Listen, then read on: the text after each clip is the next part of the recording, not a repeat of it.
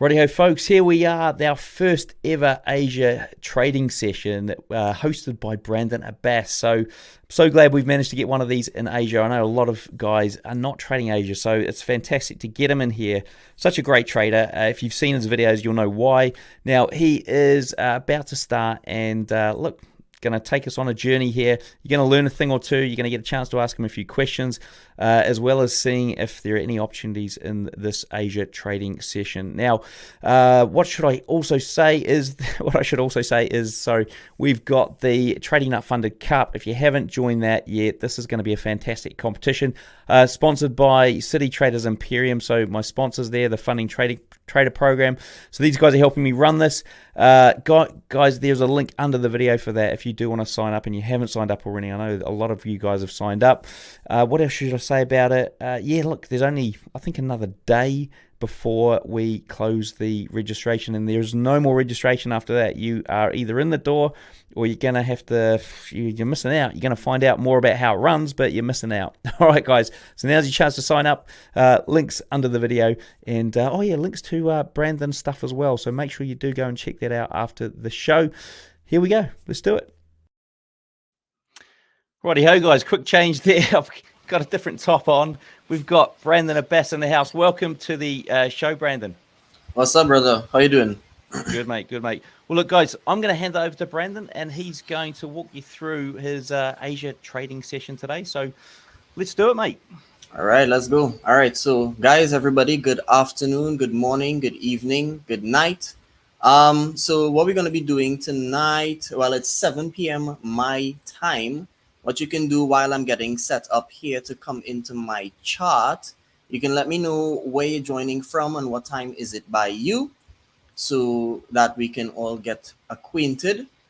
What we're going to do, we are going to break down a few things about my system. We're going to break down a few things about how I trade, why I make the decisions that I make, why I think the way I think. And I know that there was a lot of, for want of a better word, maybe there wasn't enough information shared on what I do, right? And what I want to do is kind of shed a little more light on it right now, right? So I'm seeing people here from 6 p.m. and all of that, right? Good. So what we'll do first is I want to talk about a loss that I would have had. So I'm going to break it down for you. I'm going to break down the loss that I would have had yesterday, right? And why I would have taken the trade and what would have occurred. So before I tell you about the trade and why I took it and why it lost and all of that, I want to make sure that we understand the first key thing about how I trade. There are two main things that I really focus on when I am actively trading. And the first thing is we have to pay attention to the direction of the market. I think I said this in the interview. The direction of the market is imperative, because you can get the direction right and get your entry wrong. You might have a chance of staying in the trade. But if you get the direction wrong and your entry is right, you'll never lose, you'll never win the trade, right? And this is very important that you get the direction right first. So what do I do to discern the direction? And it's actually quite simple. Now, as you know, the market can really only do one of three things. The market can either go up, down, or sideways. So I'm always looking cognizantly. I'm trying to figure out, what is the market doing? Is it going up? Is it going down? Is it going sideways? I know that I trade in the Asian session, and the Asian session is known for consolidation. But typically, if I'm seeing a few days of sideways movement, I'm not going to trade the market. What I'm actually going to do is leave that particular market alone. I am generally looking for a market that was already moving in a specific direction, because you need to make money in a moving market, right? I have a saying, MMMM, make money in moving markets. That's the first thing. So I'm looking to see what is the general direction of the market. And in this case on USDJPY, I can use the replay function right here. In this case, there's a big gigantic bull trend, and then there's so that's macro, and then there's a little micro bull trend as well. So it's a trend within a trend, right? Y'all know the movie Inception, a dream within a dream. There's a trend within a trend, and that's absolutely you can do that, right? Now, what I'm actually looking for here is signs that the market is going to either continue along this trend line or have signs that it's going to reverse. That's the next thing that I'm going to look for. So all of this is crucial in me trying to identify if the market is going to continue or reverse. What do I do to figure out if the market is going to reverse? Let's think about it logically, right? Logically, if the market is going to reverse, it has to reverse off of an area, and I'm going to draw this for you very quickly. It has to reverse off of an, oh, I can't draw. Yeah, it has to reverse off of an area where the dealer or the person who's actually in control of the market gets rid of anybody who is actually selling at this first high. Because if the dealer goes up and creates a one really big high and he drops the market, if he continues to drop the market and break the original trend, you know what actually ends up happening? Anybody who is selling here is allowed to stay in their sell. Now, this is very, very, very crucial, because what actually ends up happening is if the dealer doesn't take these people out, it actually ends up that it's liquidity that's going to waste. I have a saying that I tell students of mine all the time: the dealer is not Robin Hood. You know Robin Hood? You all know the story of Robin Hood? Robin Hood essentially steals from the rich and gives to the poor. The dealer isn't interested in taking from one side and giving to the next. The dealer is interested in taking from the buyers and the sellers and giving to himself. So it makes sense that the dealer is going to go up, create one high, and then go back to that high in order to reverse the market. So if that does not happen, automatically I'm going to assume that the market is going to continue, because the dealer has no interest in taking out the high. He has interest in literally just continuing the market. So that's exactly what I saw here on USDJPY, where this was one high created, a second high created, and you can even see a third high there. Why, if this was a reversal, why would the dealer, logically, why would the dealer come back here again to give traders who were trapped in sells up here, why would he give them opportunity to get out? It doesn't make sense. So for me, automatically, this is disregarded as any consolation of a buy, of a sell, sorry, right? So I'm looking at this little micro bull trend here within the macro bull trend, and all I am doing is using now a moving average cross. Now I know, let me stop right there. I know a lot of people are going to say, oh my goodness, this is a moving average cross. This is a crossover system. No, it's not. The moving average cross is only important to let me know that this is now where the momentum has shifted possibly in my favor. So now I should be looking at certain candlesticks to maybe look at and find an entry, right? So let's break it down. I'm looking now, as the moving averages have crossed, I'm looking now to see if I can find a red candle. And listen to this. If I am to buy a black candle, because my stop losses are so tight, if I'm to buy a black candle, I run the risk of enduring more drawdown. So what I tend to do is I'm looking for a red candle, not just a random red candle. I can't go into too much detail on it, but I'm looking for a red candle to respect the EMAs, respect the trend line, respect everything, right? So that will be my entry. So let's see.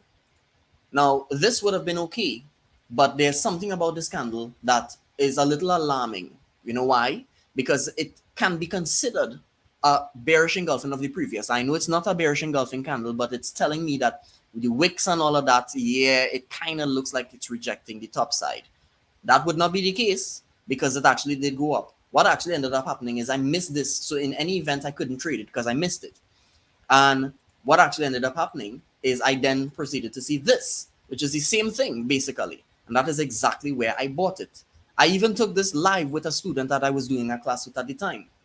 So I took it, and lo and behold, guess what happened? I was wicked out.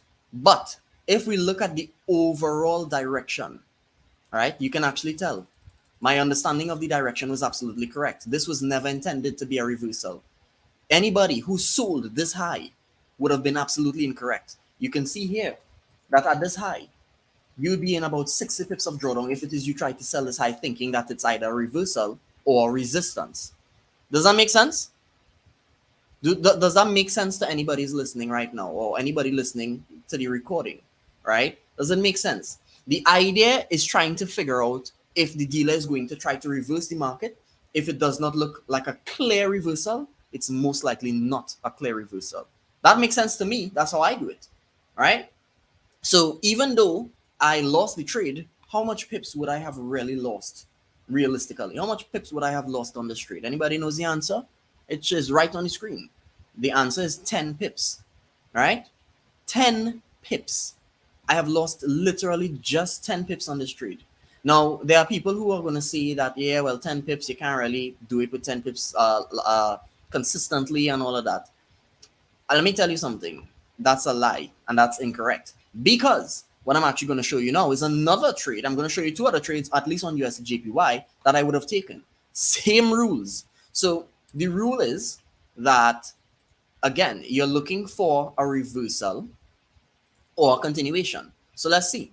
Looking at this here, you remember I spoke about the high being stop hunted? You remember I spoke about that? If the dealer went through all of the stress to go up here and create this high, it means that there are sellers up here, right? My bad.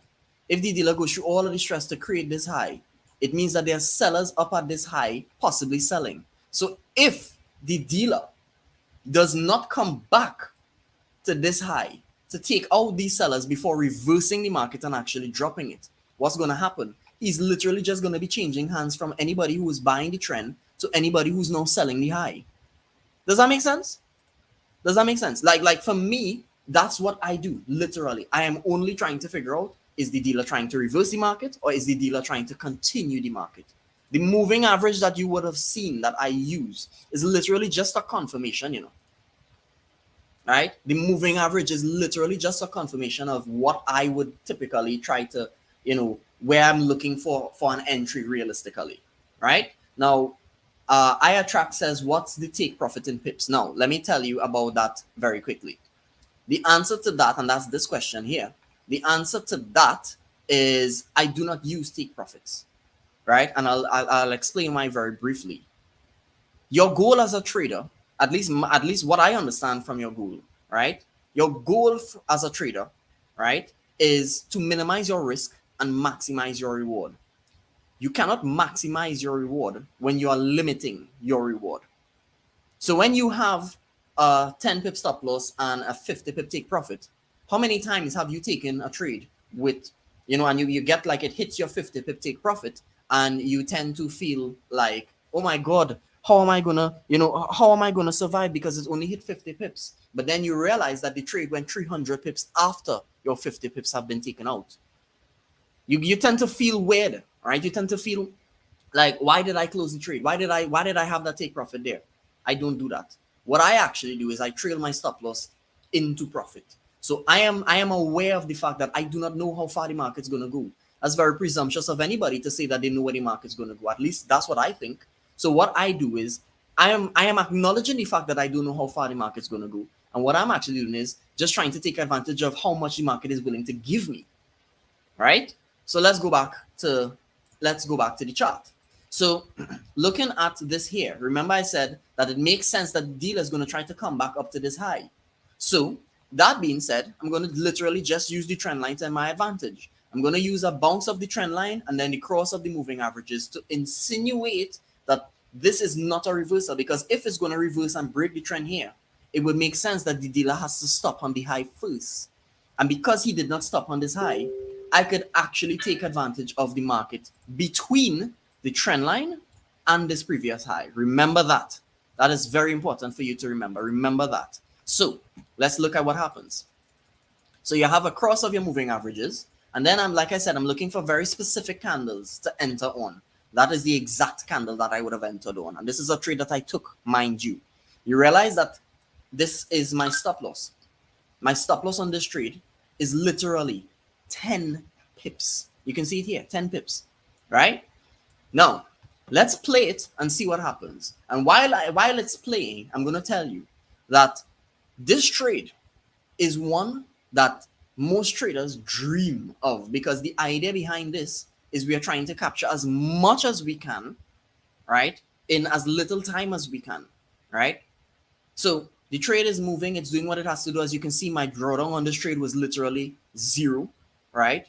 It never hit my 10 pip stop loss. I was absolutely safe. And then this is where I stopped the trade, basically, because this is where I would have been taken out in profit. So let me stop it right there. I would have been taken out on this trade in profit at about, by this red line, at about 181 pips.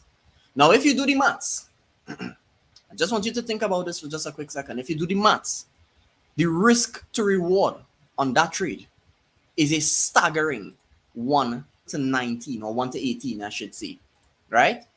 I want you to understand that if you risk 1% down here, and you were able to capture this 181 pips, right? I want you to understand that this is equal or the equivalent to 18% return, assuming you risk 1%. Now, let's just say you feel like 1% is too much risk. You feel like that's too aggressive. Some people think that it is, and I understand, right? Maybe you're not at the precision that you want to be at, and that's fine. I understand. Let's just say you risk 0.5% risk right here, and it goes 181 pips in your favor. That is still a staggering 9% return on investment in a matter of 1, 2, 3, about 3 days, give or take. What can you do with 9% return in 3 days? Think of what that might be in a funded trader challenge. You do the maths. So that's essentially where I was taken out in profit. But if you pay attention, that's not where USDJPY stopped at all. Because remember, we said that the goal is for USDJPY to minimum get back up to this high. So let's see what it does. Let's just see if my theory is correct. Let's just see if the dealer is going to try to get back to this high to possibly stop on the high and then reverse off of it. Let's see. All right. So all this time, this is days passing, 5 days, 6 days. We're going into the 7th day now. And all this time, the dealer is hitting the trend line over and over and over. And then let's stick up in right there. You can tell that the dealer gets right back to where I would have anticipated him to get to. Let's pay attention to that. That is a staggering now. If I was able to hold the trade, that is a staggering 370 pips, give or take. All right. So Matt Feeney asks, I thought you did not have a TP. Why didn't you let it run? I think I missed something. I did let it run. I was trailing my stop loss because remember, the goal is to minimize the risk and maximize the reward. You can only maximize the reward by securing it as it goes.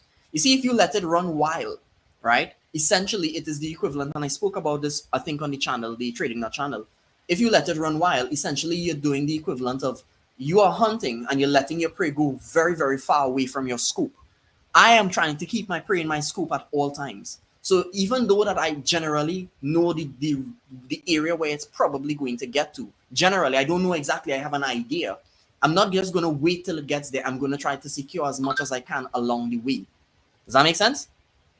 So I didn't close the trader. It took me out in profit. You understand? Does that make sense? So that is a staggering now at this point. Let me remove this here. That is a staggering at this point. 300, let's just say 370 pips. Now, if you do the maths on that, that's a 1 to 37 risk to reward. Because I'm still in this, if I wasn't taken out in profit here, I would still be in this trade with a 10 pip stop loss, which at this point is 1 to 37. Meaning if you risk 1% here, you get 37% return. I understand that not everybody can do 1% risk because not everybody is at the precision level that they want to be at, and that's completely fine. Let's assume that you did 0.5% risk. That is still average. About what is that? About 32? No, 36. 36%. No, sorry, my bad. Half of 36 would be, what would that be?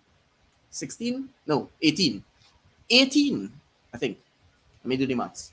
My brain, I'm having a brain fart here, right? Having a brain fart. Yeah, 18, right? That's still 18% return. I want you to think about it. That is still 18% return. Now, Citizen FX says something that's very important. One bird in the hand is better than many in the air, and I absolutely agree with that. Even though I have a general idea as to where I think it's going to go, it is very presumptuous of me to just let it run wild and go there without trying to secure it along the way.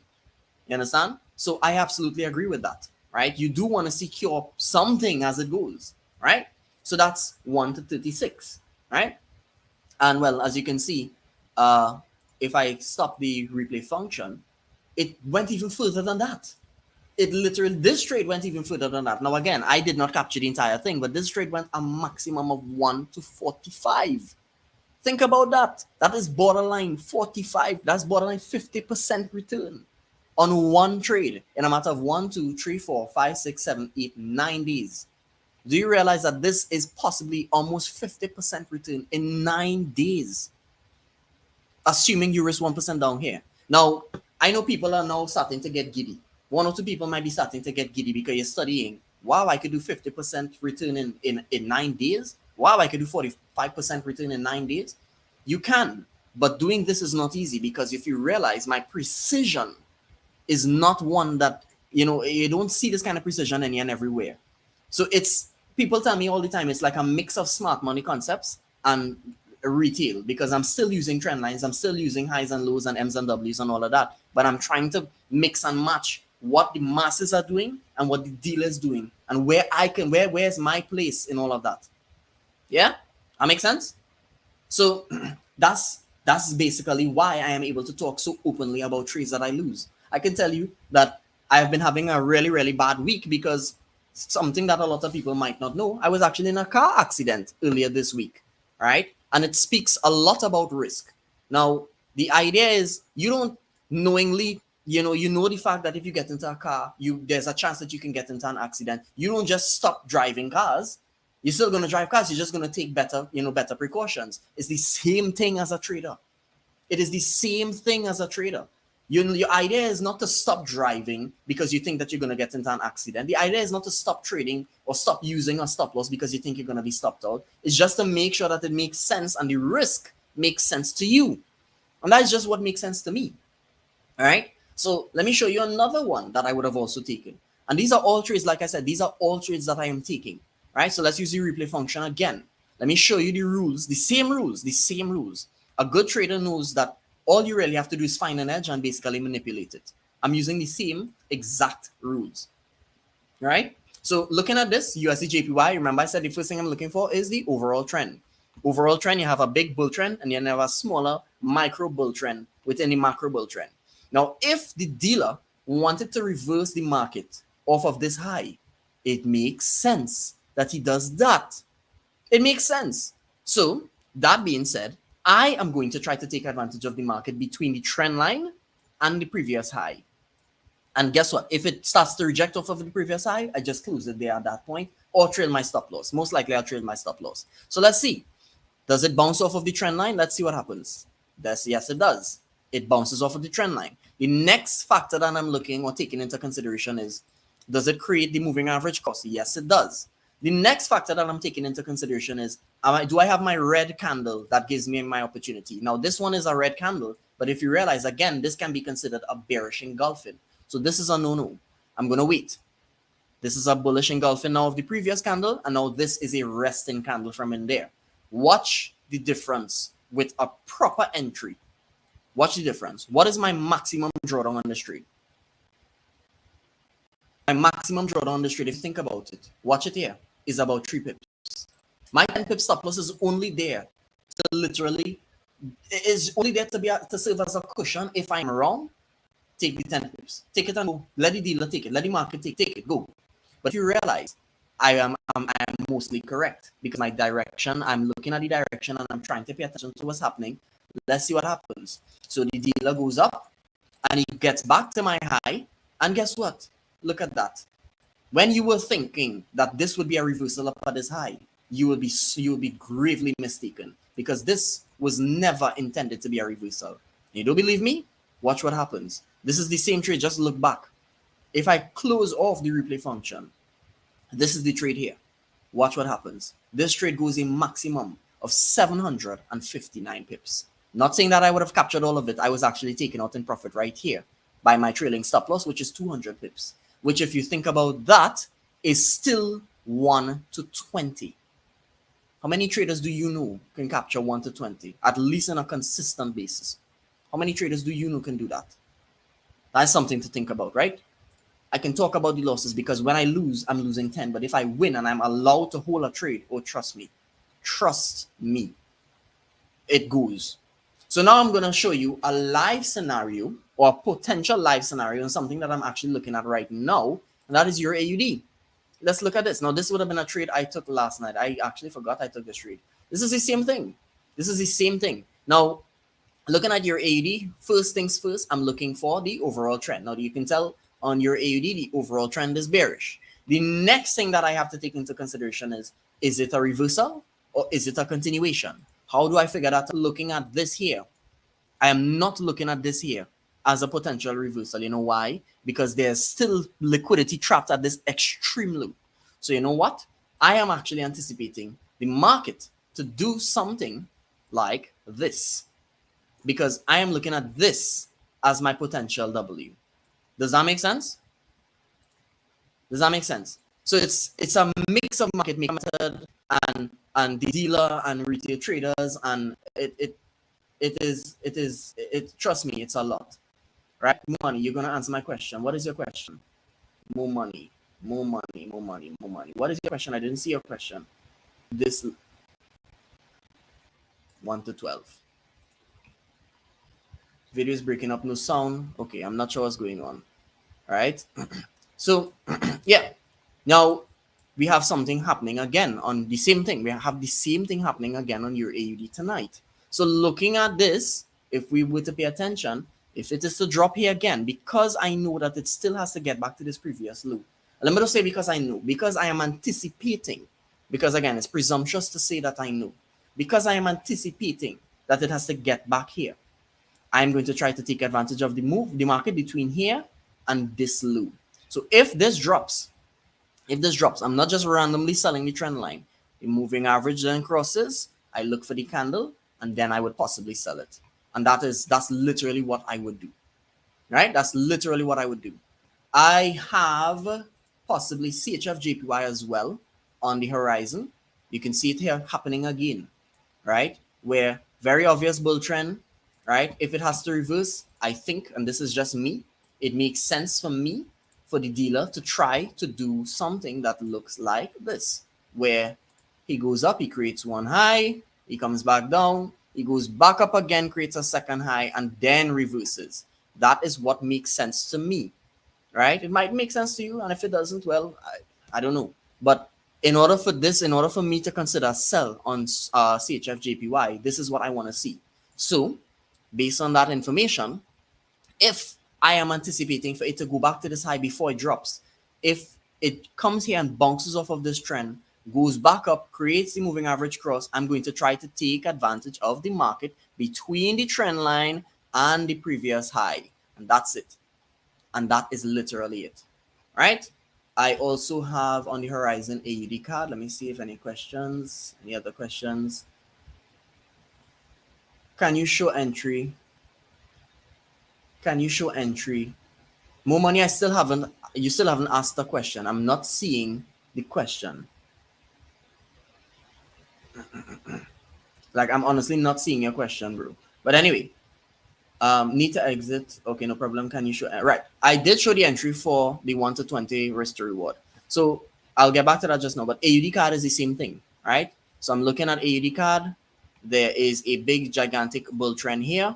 So if I am to look for sells on AUDCAD, I'm not going to go against this momentum. This is a lot of bull momentum. I'm not going to try to go against this. That's the equivalent of trying to catch a falling knife. So looking at AUDCAD, it makes sense to me that if the dealer wants to drop the market, he has to do something that looks like this. Go up, create a high, come back down, create the second high, and then reverse it. So if that is the case, if the market comes to this trend line and bounces, I am thinking that it is going to go back to this high.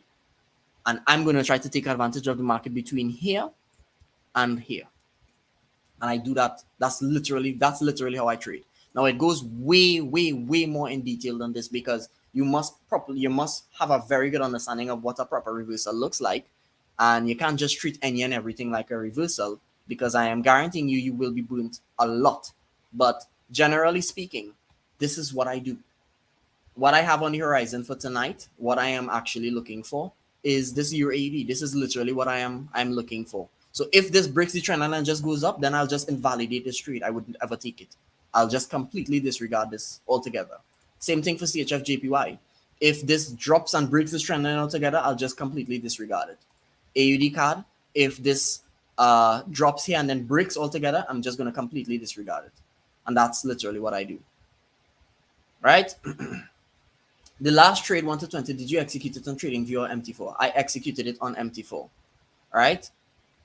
Is that the question? If that's the question, yes, I executed it on MT4. I only use TradingView to analyze, right? Donald Rogers asks, do you ever use fib to pinpoint entries? No, I do not, because Fibonacci's are basically using retracements most times, or at least if you're using Fibonacci retracements, right? And if you realize I'm actually not using a retracement, or I wouldn't really consider it a retracement, I'm literally just using a bounce per se on the trend, literally, right? What I have learned or taught myself to do is don't go against the momentum. The only time you go against the momentum is when a reversal is absolutely clear, right? So unless I see something that looks like it is going to reverse, if the market is actually telling me that it is going to reverse, then I might say, you know what, yeah, I might, maybe I'll either try to treat it like a reversal, or I might try to just leave it alone, right? But other than that, if it does not look like a reversal, I can almost guarantee you I am going to continue to look for the continuation. So if it's buying, I'm going to continue to look for buys. And I mean, it's not perfect. By no means am I telling anybody that this is a perfect scenario and it's a perfect setup and it doesn't lose or anything like that. In fact, like I said, I started the session telling you about a loss that I had. Anybody who knows me knows that I am very transparent about when I lose. I tell you about it. I show you about it. You understand? I talk about it on my own YouTube. It's not about winning every single trade. It's about making sure that when you do win, that you win excruciatingly big. All right? I've proven even with a very, very, very low win-loss ratio, you can still be profitable if your risk-to-reward ratio is very, very potent. Right?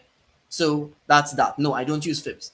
Louis Alb asks, which moving averages do you use? Right. I was waiting for this question. So the answer to the question is not what you want to hear. Basically, any moving average is going to work. You know why? Because the moving average is not the system. My system is not a moving average based system. I right now at this point, I have the 10 and the 50 on. So before people say I want to tell you what I use, no, I'm telling you, I'm using the 10 and the 50. But I can put on the 12 and the 59 and I'm going to get the same result. I can put on, you can call two random numbers and I'm going to most likely get the same result. So long as the moving averages are quick, as in they're reacting to price quick, you're going to get the same result. Yeah. So I would say to anybody who is trying to use moving averages as a base for your system, I would say try to not put so much weight on the moving average itself and try to understand the way that the moving average reacts to price and what's happening with the overall market structure. Let me talk about something very quickly before I answer the next question. You hear this all the time that many traders say that they trade market structure or they trade price action. But most traders can't even explain, they can't even begin to explain what market structure or price action is. They will tell you that they trade higher highs and higher lows. Let me tell you something. Structure is a combination of elements coming together to create one thing. If you're telling me that you're trading market structure and you're only looking at higher highs and higher lows, that's only one element. You have to look at the highs and the lows. You have to look at the spreads. You have to look at the days of the week, the times of the day, the sessions. You have to look at M's and W's, any indicators that you're using if you're using any. You have to look at individual candlesticks, traps that occur, key levels if you're using that, right? And there's so many different things, candlesticks, individual candlesticks. So when traders say that they trade price action, you know what's actually they're telling you? Most times they don't necessarily have a proper understanding of what it is they're really looking for. And that is why a lot of traders fail. Now, the thing is, price action is actually an element of market structure. So if somebody tells you that they trade price action, they are literally telling you that they trade a naked chart, right? And they're really only using a naked chart. They're not drawing any trend lines. They're not doing anything else, right?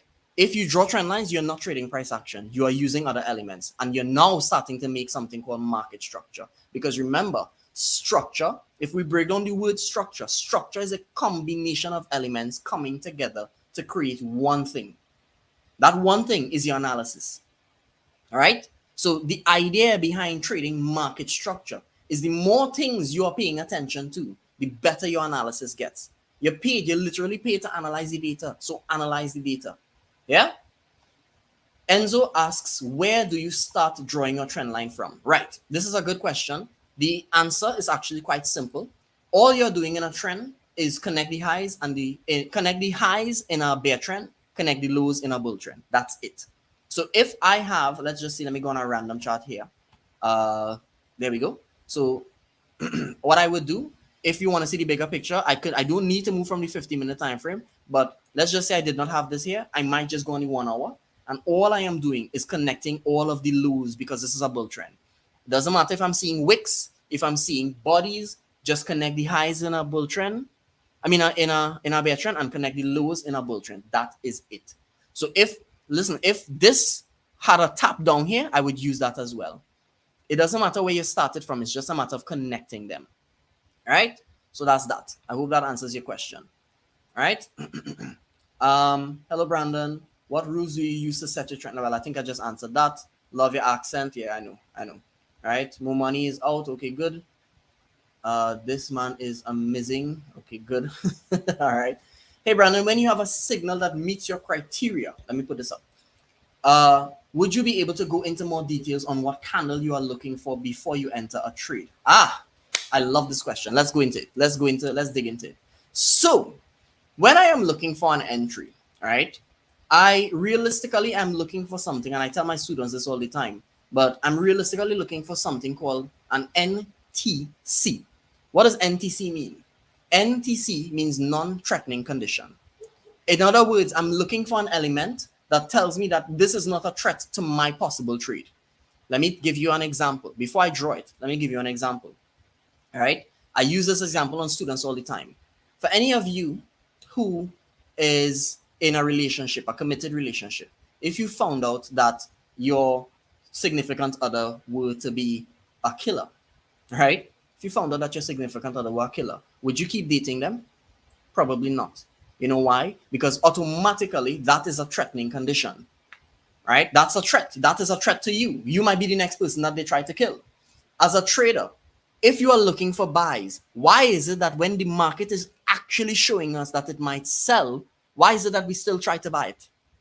So what I'm actually looking for is let me see if I can find an example. If I am looking for a sell right here for some reason, I'll be honest, this is the candle that I would try to use. You know why? Because the momentum is actually down. I'm looking for sells for whatever reason. My directional bias told me that it sells. It's overall bearish, meaning it's an alignment with what I am generally looking for. And then this candle gives me a better entry as opposed to entering here. And then this candle also tells me that it's not a bullish engulfing candle. It's not telling me that bullish or bulls are coming in any big extravagant way. It's not telling me that it wants to buy. It's actually telling me the exact opposite, in that the bears are actually gaining control and the bulls are losing control. So that's where I would possibly enter on a candle that looks like this.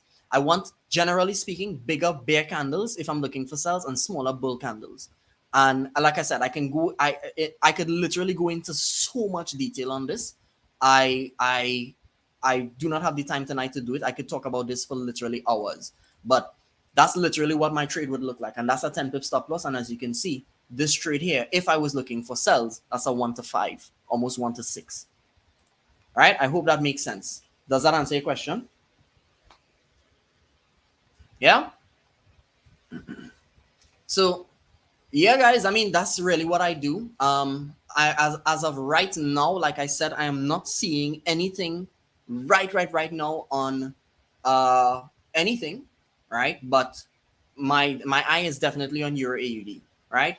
Yamen Habib, I hope I pronounced that correct. Please don't take any disrespect to that. But I do trade indices and gold, and I do it with a 10 pip stop loss as well. And I do it successfully most times. I'm not even going to lie to you or try to hide it. I do lose a lot of the time, but I can tell you that, yeah, if I get a trade on gold, like literally my single best trade is on gold. And that is the trade that went 1 to 126.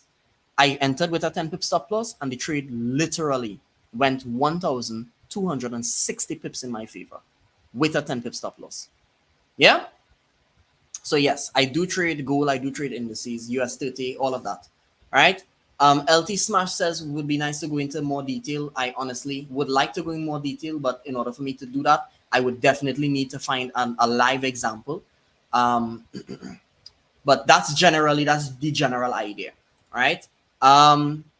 Matthew, what's up, bro? How you doing? Right. So I'm not going to try to pronounce this name because I am sure that I would butcher it. Can I see CADJPY? Let's take a look at it. This, oh, right. So I'm glad you actually asked me about this because I took a trade on CADJPY last week that would have taken me out at 70 pips in profit, but it went 1 to, how much is this? 1 to 20, almost 1 to 20. But this is the same thing. Look at it again. Look, the same structure here again. The same structure, bull trend. It looks like it's going to go up, create an M. If it has to reverse, it makes sense that the dealer is going to try to come back to this area. That being said, I'm going to try to take advantage of the market between here and here. Cool. Let's see what happens if I use the replay function. So let's see. All right. So this is another trade I took. Cool. There we go. All right. It hits the trend, bounces from the trend. The next thing that I want is the cross of the moving averages. There you go. Cross of the moving averages. And then I'm looking for one candle. All right. So the person who's asking about the candle, there we go. That's something what I would look for. You see more bull candles. You realize that this candle is not telling me that it's bearish engulfing. It's not telling me that there's a lot of bears coming in. It's not telling me that anything about this really is telling me that there's big sell momentum coming in. And if you pay attention, it's actually also even a break and a retest of this little micro zone here. That is exactly where I bought it.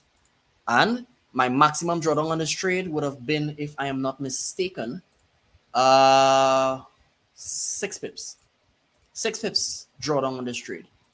Right? And all of this, by the way, is in the Asian session. If you realize this is Asian. And the trade literally, it went up. It did what it had to do. It came back to my entry. It did what it had to do. It never took me out.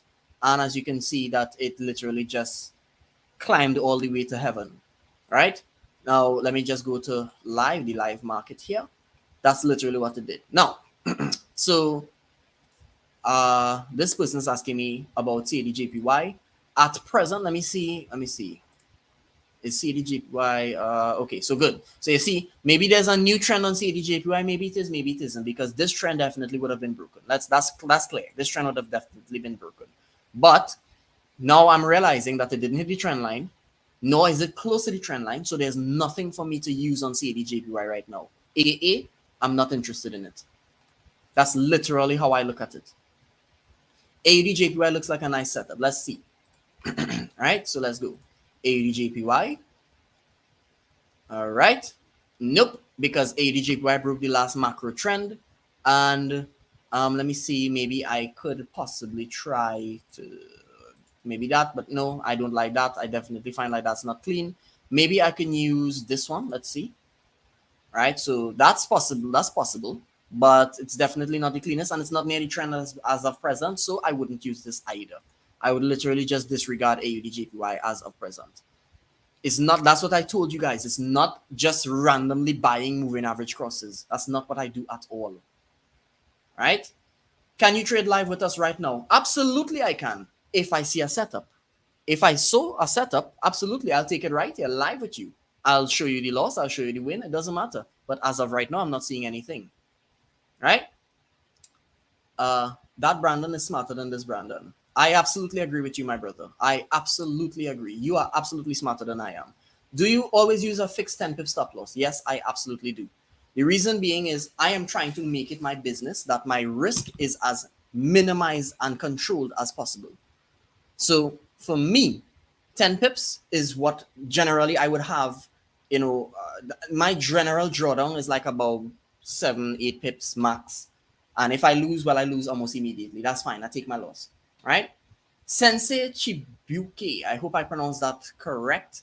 How do you pick out your stop loss? It is always 10 pips. Always 10 pips, regardless of what I'm trading. I don't care if it's gold. I don't care if it's USDCAD. I don't care about anything. It is 10 pips. Yeah? Chalk says, love your accent. Thank you very much. I get that a lot. Thank you very much. But yes. SS asks, do you only trade Asian? I absolutely only, most times, trade Asian. I would say 98% of the time I'm looking for entries in Asian. The few times that I'm not trading Asian is probably New York, but most times it's Asian. Yeah? Any other questions, guys? I'm not seeing any setups as of tonight like I would have mentioned. Yeah. London has been treating you bad. Now, let me tell you my philosophy on that. We have GPG in the house. All right? Let me tell you my philosophy on London. Right?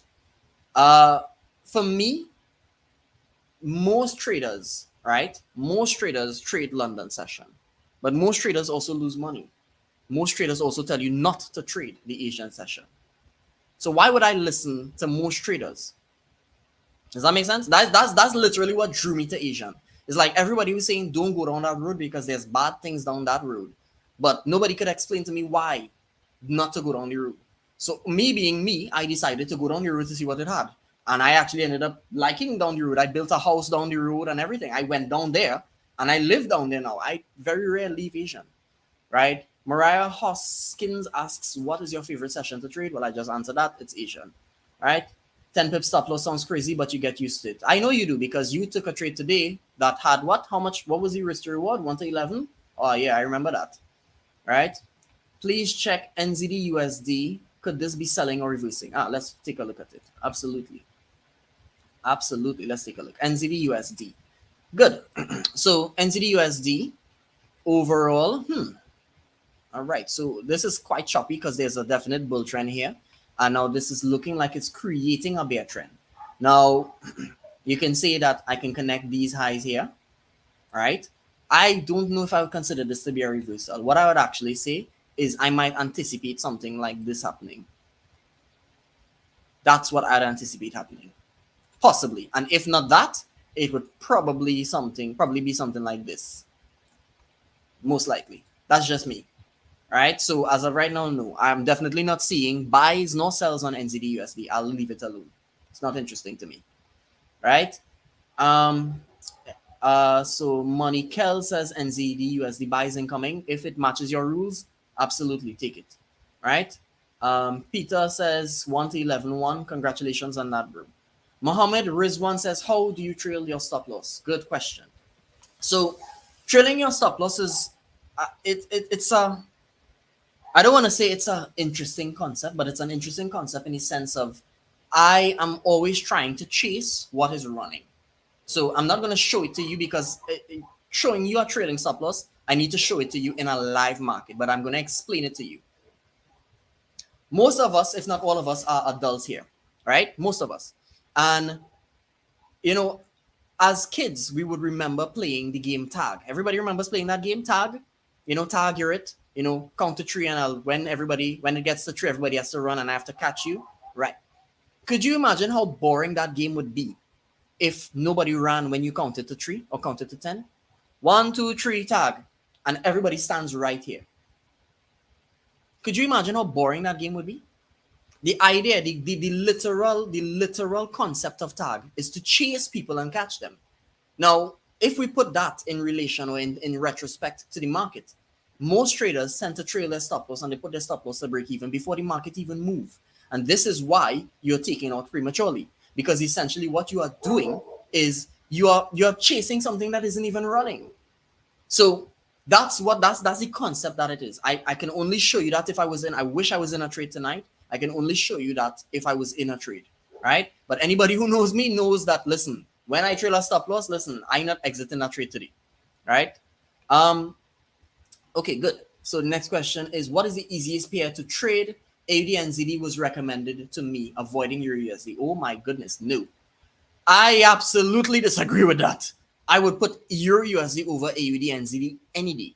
My actual second worst pair to trade is AUDNZD. My first worst pair is actually Euro NZD, because I could count on maybe 1 or 2 hands how many times I would have won a trade on Euro NZD. And I get the direction on AUDNZD correct most times, but it's just so wicky that it takes me out most times, even though I am 9 times out of 10 correct about the direction. But it takes me out a lot of the time. A lot of the time it takes me out. Right? I mean, you could tell that this structure is very wiki. I don't like your AUDNZD at all. Right? How could you trade CHFJPY? Do you see an opportunity with the head and shoulders forming? I don't use head and shoulders, but let's take a look at it. I'm going to look at anything y'all want me to look at tonight. If I'm seeing anything, I'll take it. Right? Good. So GBP, JPY. Okay, good. So you can see that GBP, JPY is at the previous high here now. Right? Which means every time I hit this trend line, you had a potential opportunity to buy it back to this area. But because it's at this area right now, it's on what most retail traders or the masses might be considering as a resistance. I don't trade support resistance, if you realize. I would completely disregard this. Any consolation of buys or sells, I would literally just leave this alone because it's not matching my rules as of present. But if I had to make a, if I let's just say if I had to make a guess, my general direction of GBP JPY at this point in time is probably more buys, if I'm being honest with you, right? So that's that. Euro USD is so manipulative. AJ, I also try to avoid it. Yes, JX Assassin, I absolutely agree with that. Yes, Euro USD is the most traded, also the most manipulated pair in the world, at least from what is generally said. So I agree with that, but it's also way more docile than something like AG. So I would actually prefer Euro USD as opposed to AG. Are JPY pairs the best to trade during Asian session? No, that's contrary to popular belief. Basically, any currency pair is going to move during Asian. Let me explain something to you all, right? The market is going to do what it wants to do regardless of the time of day. Now, how far and fast it moves is dependent on the session, and I absolutely agree with that. But generally speaking, if GBP JPY wanted to buy an Asian, it would buy an Asian, right? And if you don't believe me, go back, test it yourself. Don't take my word for it. I am just a random guy on the other side of the world on the internet talking to you. Go back, test it yourself. You're going to see that any currency pair has the ability to move during Asian, contrary to what you would have heard. Yeah? So that's that. JPAC asks, what are your three confluences to enter? Trend line, possible reversal, moving average crossover, or trend line bounce, correct candlestick entry. So it's basically obvious momentum, any possibility for a reversal, and then maybe the correct candle. But that's essentially it, right? Trading nut, GPPG's show is coming up next week. Right. So Cam says that Golden Pips Generator is coming up next week on the show. If you know who Golden Pips Generator is to me, you'll understand why that is very, very, listen, definitely look out for that one, right? How do you control psychology when trading? Oh boy, I could, listen, y'all want me to stay here whole night? Y'all want me to stay here whole night, all right? Let me tell you, what I am doing here, if you realize I basically broke down my system in a matter of less than an hour. What actually makes trading really, really hard is the psychology. So there are many different aspects of psychology that you must maintain control over. I said it in the interview with Cam, where there are things like FOMO that everybody knows of, but there are other fears. Fears like fogey. This is something that I think I don't know anybody else to speak about this, but fogey is the fear of getting in. We get fogey when you've lost 3, 4, 5, 6, 10 trades in a row, and then you see a setup and you're afraid to take it because you've lost so many trades prior. But the thing is, does it meet your rules? Or have the trades that you've been taking been meeting your rules? That's why you get fogey. That's a psychological issue. Foresee, FOSI, that's the fear of staying in. Essentially, what that is you're in the trade, and because you've lost 3, 4, 5, 6, 10 trades prior, you know what actually ends up happening? As soon as you get 10, 20, 30 pips, you want to close it because you're battered. You want to just take profit as you see it. Essentially, what actually ends up happening is you shoot yourself in the foot and try to run a mile. And these are issues that arise day in, day out, day in, day out. And that is what makes trading hard. It's also what makes trading very hard to teach. Because by no means am I saying my system is the best system in the world. By no means am I saying my system is the only system in the world that works. By no means am I saying my system works at all. What I'm actually telling you is the psychology of being a trader is where the work really is. You can go on YouTube and find many, many systems that work, but you're going to realize that not many of them actually give you the results that you want. You know why? Because essentially, you're not putting the correct mindset behind it, or you're not applying the correct thought process or processes behind it. And that's why you're failing. All right? Technic asks, what account size do you use? Let's see. So most times, many traders tend to say, well, I'm interested in flipping accounts. And nothing is wrong with that. Flipping accounts is great, right? But with the advent now of funded trader challenges and proprietary trading firms, gone are the days of you needing to flip an account to make money. Now, if you can prove that you can make consistent returns on a weekly or monthly basis, just take one of those funded trader challenges, become a prop trader, and let them give you the money to trade with. Because if you think about it, it doesn't matter if you have a $100 account or a 100K account. If you can make 1 to 5%, no, let's just say 5% return on that $100 account every month, you can do the same thing on a 100K account. It's not about trying to flip the account, it's trying to make consistent returns, because 5% of 100K is $5,000. So it's not, I wouldn't recommend an account size. What I would actually recommend is trying to learn how to make consistent returns percentage wise before you try to put any money into the market. That's my advice, right? Due to spreads, it is you okay, right? Good. NZDUS is a buy. Okay, cool. If y'all say it's a buy, then I'll take your word for it. All right, now I'm not seeing anything that makes me say that, so I can't speak on something that I don't have experience with. I am genuinely, at this point, I do not know if NZDUSD is going to buy or sell, and I'm not going to speak on things that I don't know. So if y'all say it's a buy, then cool, it's a buy, right? Then cool, it's a buy. I think that this could possibly happen, but I'm not going to try to trade it, right? I seen GBP USD move 100 pips back in January during Asia, which was crazy. Yeah, and 100 pips is a joke. It does way more than that sometimes. Random oof. I like that name. I love that. Do you trade Elliott? No, I do not. Elliott wave is very, very subjective. I don't like that. Thoughts on gold and silver? So gold and silver. Let's see. So gold right now. Okay, I don't even have silver here. Do I? I think I had silver somewhere. Okay, so gold, same thing. Right now, it's not showing me anything that's interesting to me, so I wouldn't do that. And silver most likely is going to follow suit. Let me put silver on quickly. XAG.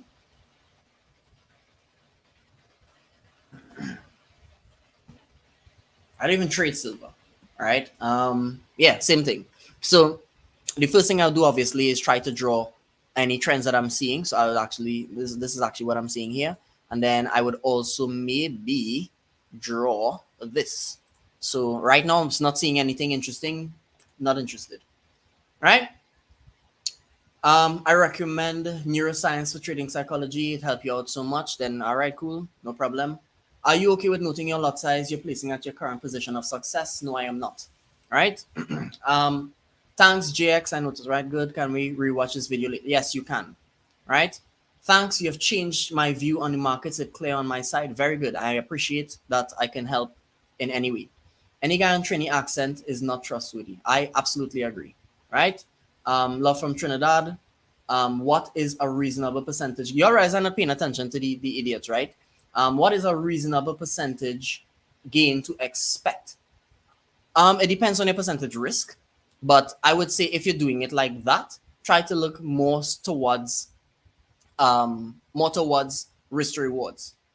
You understand? Because your risk to reward would dictate the percentage gain. Yeah. Can you share the moving averages you use? I use the 10 and the 50 EMAs. What broker? I use IC Markets. What theory do you want to trade? I don't understand the question. And how often do you stream? This most likely will be like a once a month thing, because I'm most likely very, very busy. So yeah, guys, do we have any other questions before I close off? Why you mad? Show us a trade to take and we'll see if you're trustworthy. Oh, so now you want me to show you a trade that isn't really set up. So that doesn't make any sense at all. That says a lot about most people's ability, right? The idea is you should let the trade come to you rather than you force a trade. Does that make sense to everybody? Does anybody disagree with that? So should I go and just try and force and find a trade just to prove that I'm trustworthy? This is a free session. I'm not charging anybody. I'm not going to try to prove I'm trustworthy by forcing a trade. That's stupid. All right. So, I've had a few losses on silver this week and last week. I hope that they weren't that bad, and your risk management, well, you did manage your risk, right? That's good. Please ignore that guy. Yeah. I just need to make sure that they understand how stupid they sound, right? That's not how you trade, right? Good. Right, good. Any questions before we close off, guys? What local bank in Trini here do you use for receiving withdrawals? Any bank would work once you have your credit card set up. Any bank would work. All right. Once you have a credit card set up, any bank would work. Yeah. Still waiting on the trading setup I saw on Sunday. Could you tell me what setup was that?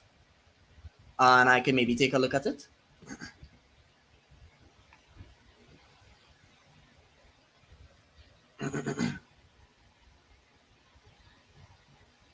Anybody? All right. GX Assassin, AUDUSD. What was the setup? What exactly were you trying to achieve on Sunday?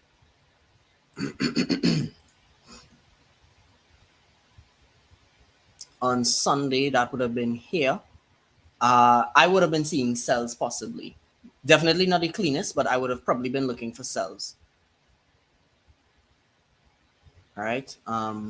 Okay, good. Can you show us what is your expected speculation on CHFJPY? So you come back to AUD, USD, CHFJPY. All right, I did. I am oh, there we go. There we go. Right, good. So it has hit the trend line, but it has now possibly broken it. Now, this doesn't really matter as much because remember I said this could be a wick on a higher time frame. That's fine, right? So like maybe on the 1 hour, that might possibly it might be a wick. If it closes above the trend line, doesn't matter. It's fine. If it goes up and it bounces and then it creates that moving average cross, you can guarantee that I will be placing a buy tonight, assuming I get the correct candle to enter on. So it's not a matter of you're just randomly buying just because you see a cross. You still have to wait for the correct candle to give you the non-threatening condition. Yeah? Makes sense. Better to risk a trade than gamble on an entry.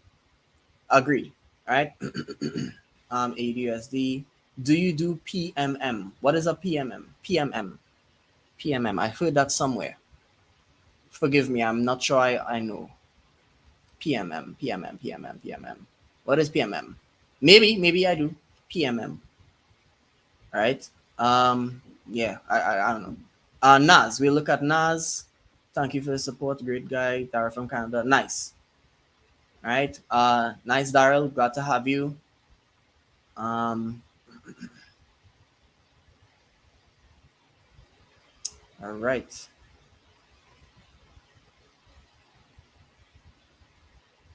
Right. I agree. I agree. Backed up with evidence. I absolutely agree. All right. What am I telling you here? I'm literally trying to show you what it is I do. All right. Personal money management. No, I do not. I do not manage accounts for anybody. I am not licensed and or registered or certified to do so. I am literally just a trader, a random trader on the other side of the world. Yeah? I'm not trying to sell anything. If it is you come to me because you want to come, cool. If you don't, then fine. Before taking advice from anyone, a verified track record must be shown to show that they actually know what they preach. No need to show any monetary results, but some proper percent gain over a period. I absolutely agree. All right? I absolutely agree. All right, personal account money management. That's spam. No, I do not do that. Right? Yeah. If there was a war between Doge and Shiba, who would win based on merit, not hype? You know something? I see your name is Crypto Burger.